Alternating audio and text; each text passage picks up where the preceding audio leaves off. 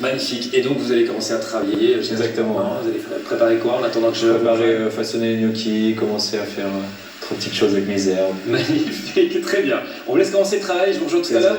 Parfait, merci beaucoup Mathieu. Et moi je rejoins Rafi Magdessian. Bonsoir à vous Rafi. Bonsoir. Vous êtes l'un de nos spécialistes en nutrition pour évoquer en l'occurrence les FODMAP dont souffre une partie de la population. C'est quoi les FODMAP? C'est un acronyme anglophone pour parler de 4 familles finalement de, on pourrait dire, glucides, de sucre, qu'une partie de la population peut partiellement ou totalement mal absorber. Et donc on va parler de ça. Et quand on parle de ces 4 grandes familles, on parle tout simplement des fructane, galactane, qu'on retrouve beaucoup ici dans cette famille, du lactose, le fructose en grande quantité, et puis la dernière famille, les polyols, dont par exemple le plus connu est le sorbitol. D'accord. Et puis alors, donc ça fait beaucoup de choses, me semble-t-il, qui sont là. Donc ça veut dire que les gens qui ont des problèmes avec ces glucides vivent quoi en eux, j'allais dire? Alors clairement, des désagréments digestifs de tout type, mais principalement des ballonnements, des gaz, des flatulences, mais aussi parfois des diarrhées, voire de la constipation. Donc ça fait pas mal d'inconvénients liés à ces aliments. Alors on les retrouve dans tout ce qui est là sur cette table? Alors non, pas dans tout, parce que typiquement si on reprend la famille du lactose, si vous prenez les fromages à pâte dure, du lactose vous n'en avez pas. Okay, ça, dans la famille des courges par exemple, pas toutes les courges, celle-là n'est pas riche, exactement. Typiquement. Alors ça c'est la butternut, non, c'est une mauvaise idée, effectivement, elle est riche, alors effectivement... C'est pas bien pour ce que tu as dit, pas donc bien. La butternut, on la laisse là-bas. Oui, les carottes, aucun souci. Et puis les fruits, certains sont plus riches que d'autres. De manière générale, les grandes quantités de fruits, il faudrait effectivement bien les répartir sur la journée, mais pommes et poires par exemple, là sont riches, excusez-moi, autant pour moi. Ok, c'est pas ça. Donc en plus vous m'enlevez des choses, donc je me dis, il n'y a pas grand chose et il y a surtout énormément d'aliments que je ne peux plus consommer. Comment est-ce qu'on peut aider du coup les personnes Alors d'abord je pense qu'il faut bien s'assurer que les désagréments digestifs sont en lien effectivement avec une malabsorption de ces FODMAP, et puis ensuite se faire aider par un diététicien ou en tout cas un professionnel de santé pour être bien aiguillé, éviter effectivement d'avoir une alimentation qui serait trop monotone, parce que malgré, je dirais, l'impression générale, il y a quand même de la diversité, il faut simplement faire des choix qui sont ciblés. Mais alors on fait comment? On avance comment alors Alors la première étape qui va être une étape de 4 à 6 semaines pendant laquelle on va vraiment, de manière la plus stricte possible, éliminer toutes ces sources potentielles. On enlève tout. Voilà, de FODMAP. Et puis on se revoit en principe.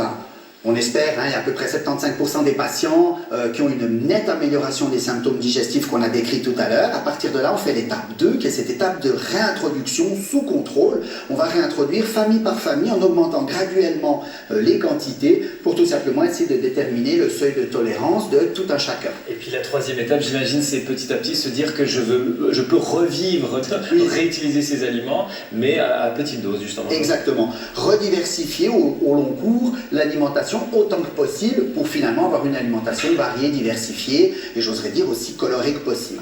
Voilà, comme vous d'ailleurs, et vos explications très colorées, très claires aussi surtout, c'est ça qui est important. Merci beaucoup Rafi Magdessian pour ce domaine des FODMAP. Je vous emmène maintenant au Liban, le Liban à la découverte d'une pâtisserie qui est typique d'ailleurs en lien avec différentes fêtes religieuses qu'on peut vivre et célébrer au Proche et au Moyen-Orient. C'est un reportage de Sherine Yazbek. Beyrouth, la capitale du Liban, située sur la rive est de la Méditerranée. C'est là que nous retrouvons Sana Kawi pour préparer le célèbre mamoun. Bonjour Yassete. Le mamoun, une pâtisserie sablée fourrée de dattes, de pistaches et de noix. Sana se rend 2 fois par semaine à Ashraduna, une association qui aide les veuves et les filles. C'est des noix qu'on casse les noix, on met du sucre, de l'eau de fleur d'oranger, de l'eau de rose avec les noix. Et voilà, ça sera la farce. Pour les mammouths, toujours 3 sortes de farce. Cette pâtisserie emblématique de Syrie, de Palestine et du Liban annonce une fête religieuse, Pâques, Ramadan ou le Eid. Le mamoun se prépare à plusieurs, en famille ou avec des amis. Alors dans la pistache, on met de l'eau de fleur d'oranger, de l'eau de rose et du sucre. Dans la pâte, il y a du beurre, de la semoule fine et de la semoule normale, de l'eau de fleur d'oranger, de l'eau de rose, du mahla, qui est la poudre des noyaux de cerise, qui donne une odeur comme dans les brioches et tout. Le tout est cuit à feu doux durant une demi-heure environ, jusqu'à ce que les sablés brunissent.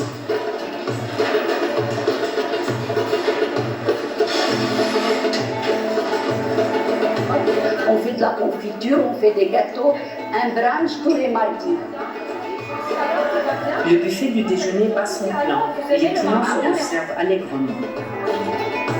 Alors les dames, est-ce que vous aimez le mamoul? Le mamoul de Ashgal, c'est le meilleur. Aujourd'hui on fait le mamoul. On prépare, samedi c'est la fête, c'est l'adha et on sert le mamoul. Nous partons au nord du Liban à la rencontre d'une amie de Sanaa, Miram Nkara, qui nous emmène dans les souks de Tripoli où l'on fabrique les moules en bois. C'est ici où on achète les moules de marmoule. À Tripoli, cet endroit, ça date d'une centaine d'années. Et en fait, c'est des moules qui sont faites à la main. À quelques encablures de là, Mira tient à nous faire découvrir son herboriste préféré, qui est en pleine préparation. مرحبا معلم كيفك؟ قد ايه سعر التمر للمعمول؟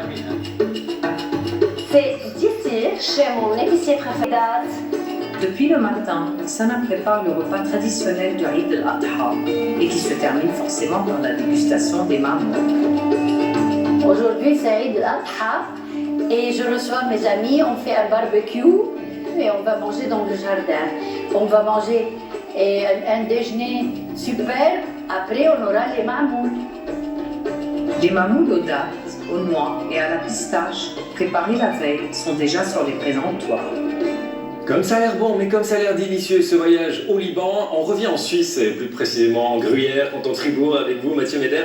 On va travailler des gnocchis de betterave, hein, c'est ça qu'on disait. Qu'est-ce qu'on va faire alors maintenant, chef? Alors, en premier, Stéphane, ce qu'il faut faire, c'est prendre les pommes de terre et les betteraves, les mettre au four à 180 degrés, on les cuit environ 45 minutes comme ça, entière, c'est très important, bien sûr. Ouais. Okay. Et en fait, après, vous les sortez du four une fois qu'elles sont cuites avec la pointe du couteau contrôlée, bien entendu. Ouais. Vous les coupez en deux dans le sens de la longueur. Et après, on utilise la pulpe de la pomme de terre qu'on va écraser. La betterave, exactement, avec la cuillère, voilà. Et très important, on garde la peau des pommes de terre, je vais expliquer pourquoi plus tard. Les betteraves, on fait pareil, on enlève la peau, on mixe, on réduit en purée, on mélange avec la pulpe de pommes de terre, de la farine et... Ouais, alors j'ai noté donc pour 4 personnes 500 g de pommes de terre, 500 g de betterave, 300 g de farine, ça ce sera... Et ensuite la pâte et les lait.